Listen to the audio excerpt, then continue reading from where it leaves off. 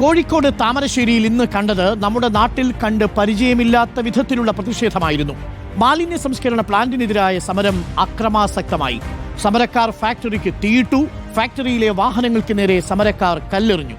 സംഘർഷത്തിൽ സമരക്കാർക്കും rural SP ഉൾപ്പെടെയുള്ള പോലീസുകാർക്കും പരിക്കേറ്റു. ആരെങ്കിലും ലാത്തി വീശുകയും ചെയ്തു.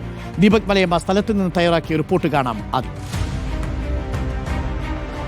ഫ്രഷ്കട്ടിനെതിരായ സമരം ഇന്ന് വൈകിട്ടോടുകൂടിയാണ് അക്രമാസക്തമാക്കുന്ന സാഹചര്യം ഉണ്ടായത്. ഇപ്പോൾ ഉള്ളത് ഫ്രഷ്കട്ടിന്റെ പ്രധാന നടപടികൾ നടക്കുന്ന മേഖലയിലാണ്. ഇവിടെ നമുക്ക് കാണാം, ഒരു വാഹനം പൂർണ്ണമായും അഗ്നിക്കിരയാക്കിയിരിക്കുന്നു. ഒരു ഔട്ടർ പോർഷനിൽ ഏതാണ്ട് 5ഓളം വാഹനങ്ങൾ പൂർണ്ണമായും അഗ്നിക്കിരയാക്കിയ സാഹചര്യം ഉൾപ്പെടെ ഉണ്ട് എന്നുള്ളതാണ്. ഇതിലിപ്പോൾ സമരക്കാർക്കും ഒപ്പം തന്നെ പോലീസുകാർക്കും പരിക്കേൽക്കുന്ന സാഹചര്യമടക്കം ഉണ്ടാവുകയും ചെയ്തിട്ടുണ്ട്. റൂറൽ SP KE ബൈജുവിന് ഗുരുതരമായി പരിക്കേറ്റതിനെ തുടർന്ന് അദ്ദേഹത്തെ കോഴിക്കോട്ടെ ആശുപത്രിയിലേക്ക് പ്രവേശിപ്പിക്കുകയും ചെയ്തിട്ടുണ്ട് എന്നുള്ളതാണ്. അതേസമയം തന്നെ നിരവധി സമരാനുകൂലികൾക്കും പരിക്കേൽക്കുന്ന സാഹചര്യം ഉണ്ടായിട്ടുണ്ട്. അതിൽ പലരെയും താമരശ്ശേരി താലൂക്ക് ആശുപത്രിയിൽ ഉൾപ്പെടെ പ്രവേശിപ്പിക്കുകയും ചെയ്തിട്ടുണ്ട്.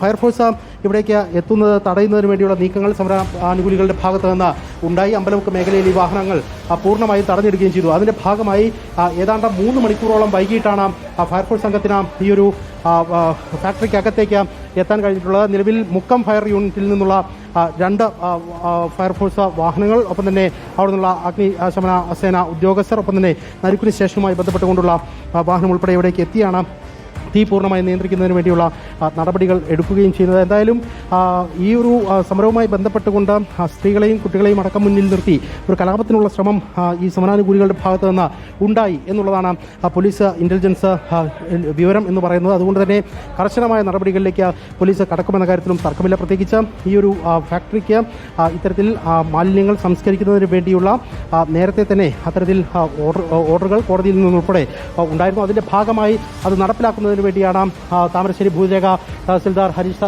ഉൾപ്പെടെയുള്ള ഉദ്യോഗസ്ഥരുടെ നേതൃത്വത്തിൽ പോലീസ് സംഘം ഇവിടേക്ക് എത്തുന്നത്. ആ ഘട്ടത്തിൽ തന്നെ വാഹനങ്ങൾ പൂർണ്ണമായും റോഡ് ഉപരോധം എന്ന നിലയ്ക്ക് തടയാനുള്ള ശ്രമമാണ് പ്രവർത്തകരുടെ ഭാഗത്തു നിന്ന്, അല്ലെങ്കിൽ സമരാനുകൂലികളുടെ ഭാഗത്തു നിന്ന് ഉണ്ടായത്. പിന്നീട് വാഹനം തടഞ്ഞിടുകയും അതിനുശേഷം വാഹനത്തിന് നേരെ കല്ലേറും, തുടർന്ന് പോലീസുമായി വാക്കുതർക്കത്തിലേക്കും കയ്യാങ്കളിയിലേക്കും ഒക്കെ പോവുകയായിരുന്നു. പോലീസ് ടിയർ ഗ്യാസ് ഉൾപ്പെടെ പ്രയോഗിക്കുന്ന സാഹചര്യവും ഉണ്ടായിട്ടുണ്ട്. ഏറെ വൈകി സംയമനത്തോടുകൂടി കാര്യങ്ങൾ പറഞ്ഞു ബോധിപ്പിക്കാൻ ശ്രമിച്ചിട്ടും സമരാനുകൂലികളുടെ ഭാഗത്തു നിന്ന് നല്ല രീതിയിലുള്ള ഇടപെടൽ ഉണ്ടായില്ല എന്നുള്ളതാണ് നേരത്തെ അല്പം മുൻപ് ഈ താമരശ്ശേരി ഭൂരേഖ തഹസിൽദാർ ഉൾപ്പെടെ വിശദീകരിക്കുകയും ചെയ്തിരിക്കുന്നത്. എന്തായാലും ഇനിയിപ്പോൾ പോലീസ് ഈ കാര്യത്തിൽ എന്ത് നടപടി സ്വീകരിക്കുന്നു എന്നുള്ളതാണ് ഏറ്റവും പരമപ്രധാനമായ കാര്യം. ഒപ്പം തന്നെ ഈ പരിക്കേറ്റവരുടെ ആരോഗ്യനില സംബന്ധിച്ചുള്ള കൂടുതൽ വിവരങ്ങൾ കൂടി നമുക്ക് പ്രേക്ഷകരിലേക്ക് എത്തിക്കാനും ചെയ്യും.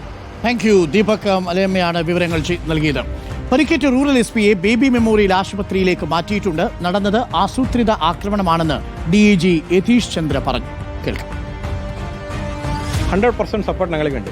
ബട്ട് ഒരാൾ ഒരു സ്ഥാപനം കത്തിക്കുക എന്ന് പറഞ്ഞാൽ വി കാണ്ട് അക്സെപ്റ്റ് ഇറ്റ്. ഇൻ കേരളത്തിൽ അത് പിന്നെ സ്ഥാപനം കത്തിച്ചിട്ട് അകത്ത് ലേബേഴ്സ് ഉള്ളപ്പോൾ ഫയർ എഞ്ചിൻ തടഞ്ഞു വെക്കുക എന്ന് പറഞ്ഞത് എത്ര ഒരു മാനസികമായിട്ടുള്ള ഒരു ക്രൂരതയാണ് ഇവർ മാനസിക സ്ഥിതി ഉള്ളത്, ക്രൂരസ്ഥിതി.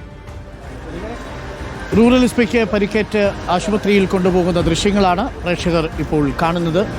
പോലീസ് ലാത്തിചാർജിൽ പ്രതിഷേധക്കാർക്കും പരിക്കുപറ്റി, റൂറൽ SPയ്ക്കും പരിക്കുപറ്റി.